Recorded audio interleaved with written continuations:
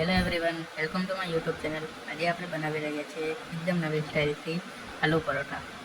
સૌ પ્રથમ આપણે લઈશું લસણ, 2 લીલા મરચાં, થોડું આદું, કડી પત્તા, 1 નાની ડુંગળી, 5-6 કાચા બટેકા.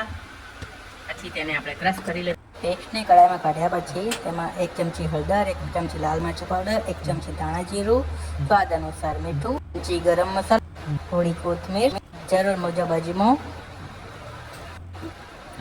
2 ચમચી કોર્નફ્લોર, 4-5 વાટકી ઘઉંનો લોટ મિક્સ કરીને તેને લોટ બાંધી લઈશું. લોટને આપણે બહુ કઠણ પણ નહીં અને બહુ નરમ પણ નહીં, એ રીતે બાંધીશું. તેમાં થોડું તેલ નાખીને બરાબર મિક્સ કરી લઈશું. હવે થોડો લોટ લઈને રોટલી વણીશું. રોટલી બરાબર વણાઈ ગયા પછી રોટલીમાં થોડું તેલ નાખીને રોટલીને શેકીશું.